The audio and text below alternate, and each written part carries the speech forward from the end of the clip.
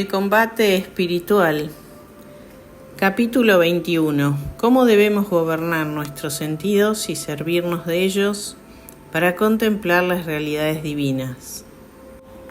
Uno de los cuidados más delicados que debemos tener siempre es el de saber gobernar bien nuestros sentidos, porque la naturaleza corrompida los inclina e incita desenfrenadamente a dedicarse a los deleites y a los excesos, y a tratar de obtener exageradamente un goce sensual y así dañar la voluntad, engañar el entendimiento y manchar el alma.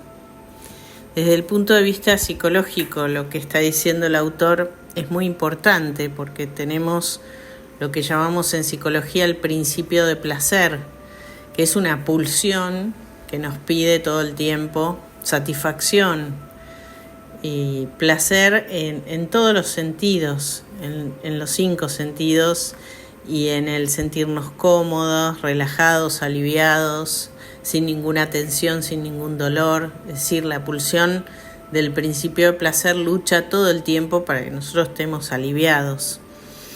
Pero hay otra pulsión que es la de el super yo, le decimos en psicología, que es el de la obligación, el de la ley, ¿no? El capaz de esforzarse, el capaz de sostener algún sufrimiento, el capaz de, siempre dentro de lo que es la carne, la naturaleza, ¿no? Cuánto dependemos de lo sobrenatural que realmente nos hace mucho más capaces en cuanto a sostener el esfuerzo, el sufrimiento o alguna tensión, o tener que sostener alguna crisis.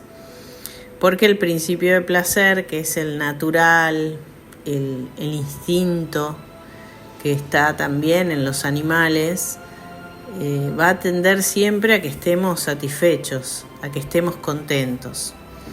Entonces hay un yo en el medio de ellos dos que tiene que mediar y tiene que decir, bueno, vos ahora podés un poquito de placer para descansar, ponerte cómodo, aliviarte, y también le tiene que dar paso a la obligación. Bueno, no, ahora ya descansaste mucho, ahora necesitamos hacer un esfuerzo para avanzar, porque si el super yo no está desarrollado, todo lo que es el esfuerzo, la ley y lo que es el mérito, porque ante los ojos de Dios todo lo que vayamos nosotros ganando en virtud es mérito, ¿no?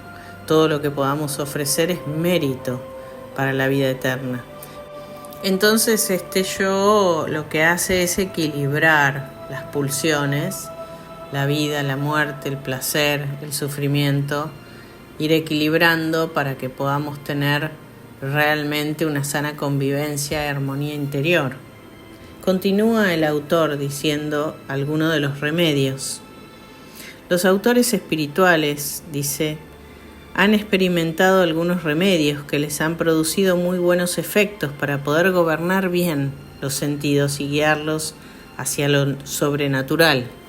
Y son los siguientes. Lo primero que hay que hacer es no darles mucha libertad a los sentidos, saberlos controlar de tal manera que no se dediquen sino a lo necesario y no a los falsos deleites o a los gustos exagerados, porque si le damos demasiada libertad, lo que van a causar es graves daños al alma y le van a detener mucho en el camino de la perfección.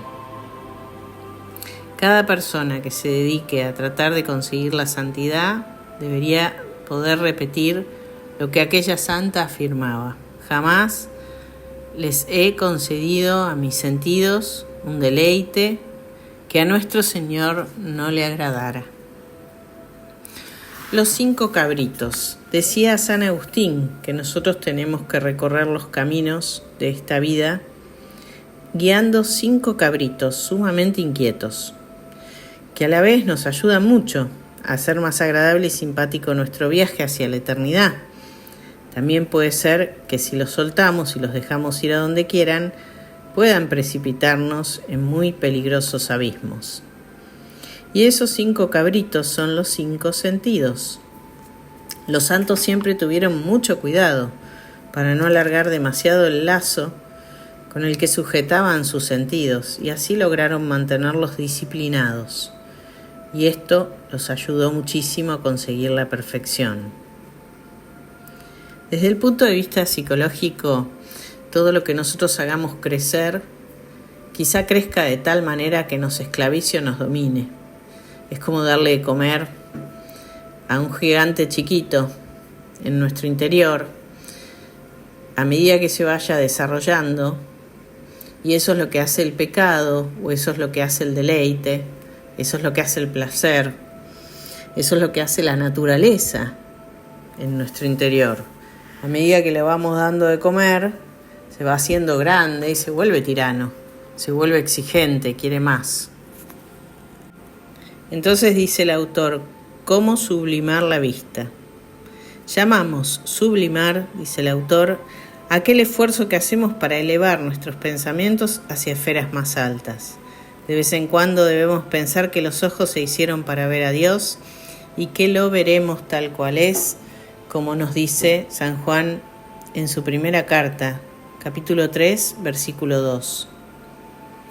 Cuando Natanael se admiraba de los prodigios que estaba viendo, le dijo Jesús algo que ahora nos dice a cada uno de nosotros.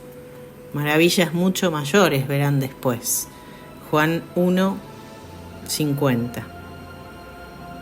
Y en su oración sacerdotal en la última cena le pidió al Padre Celestial, para todos los que lo amamos, un inmenso favor, que un día logren contemplar la gloria que tú me has dado. Juan 17:24. Entonces pensemos que los ojos se hicieron para ver la gloria de Dios. Una comparación que impresionó mucho. Una santa que escribió libros muy hermosos acerca de la mística, o sea, del arte, de elevar el alma hacia Dios y hacia lo celestial, narra lo que le sucedió a ella cuando empezaba su vida de ascenso espiritual. Su defecto principal era que sentía mucho afecto sensible hacia las personas que poseían una especial belleza física.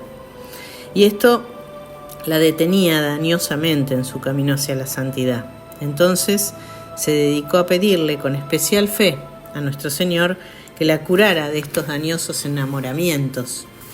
Y le fue concedido por unos brevísimos instantes lograr ver un poco el rostro glorioso de Jesucristo en el cielo. Y dice ella que desde entonces las bellezas de las criaturas humanas de la tierra parecían tan poco atrayentes como si fueran cucarachas, y en vez de sentir enamoramientos sensibles hacia los seres hermosos de este mundo, lo que empezó a tener fue una santa indiferencia ante toda belleza que se ha de morir y que se ha de convertir en pus y gusano. Si el Señor nos concediera un favor semejante, obtendríamos una impresionante libertad espiritual que nos permitiría subir muy alto en nuestra vida espiritual. Desde el punto de vista psicológico, me gustaría agregar que hay que tener el valor de pedirle al Señor las gracias que necesitamos, como esta santa, ¿no? Pedirle realmente que nos dé la gracia de poder eliminar aquellas cosas que nos alejan de Él y nos dañan. Y Él con mucho amor va a responder, tan fuerte como ha respondido a los santos. Pero nosotros tendremos valor para pedirle eso. Continúa el autor, el gusto. El comer algún alimento muy agradable, pensemos en el banquete celestial, donde para siempre saborearemos los más exquisitos manjares, y hagamos nuestras las palabras del Evangelio. Dichosos los que logren llegar al banquete del reino de Dios. Lucas 14:15. Así podamos sentir una fuerte sed. Recordemos aquella sed ardiente que sufrió Jesús en la cruz. Se cuenta que una santa, que en lo más ardiente del verano, cuando la sed la atormentaba, se dedicaba a pensar en la pavorosa sed de la garganta que Jesús sufrió cuando estaba crucificado, tan fuerte y terrible que la obligó a clamar: «Tengo sed». Y al meditar en este tormento, el Redentor se animaba a sufrir también ella el martirio de la sed. por la salvación de las almas. Desde el punto de vista psicológico, no se trata de que pasemos hambre o sed, sino de que podamos sostener un poco la privación para que logremos la modestia de nuestro interior y podemos educar al cuerpo a que no pida más de lo que necesita. Continúa el autor con el olfato. Cuando sintamos un suave y agradable olor y gustemos el aroma de las flores y de los refinados perfumes, los cuales, según el libro de los Proverbios, alegran el corazón, Proverbios 27:9, recordemos que el libro del Apocalipsis anuncia que cada día los seres celestiales llevan ante el trono de nuestro Señor unos suavísimos y aromáticos cálices llenos de perfumes, y que este incienso son las oraciones de los fieles en la tierra. Apocalipsis 5:8. Y cuando tengamos que experimentar el disgusto de alguna desagradable fetidez, especialmente aquella que proviene de algún enfermo grave o de ciertos cuerpos en descomposición, no olvidemos que así es, y mucho peor, la fetidez de un alma en pecado, la cual resulta verdaderamente desagradable ante la presencia de Dios y de sus santos. Dios nos dice claramente en el Apocalipsis 3:1: tienes apariencia de estar vivo, pero estás muerto.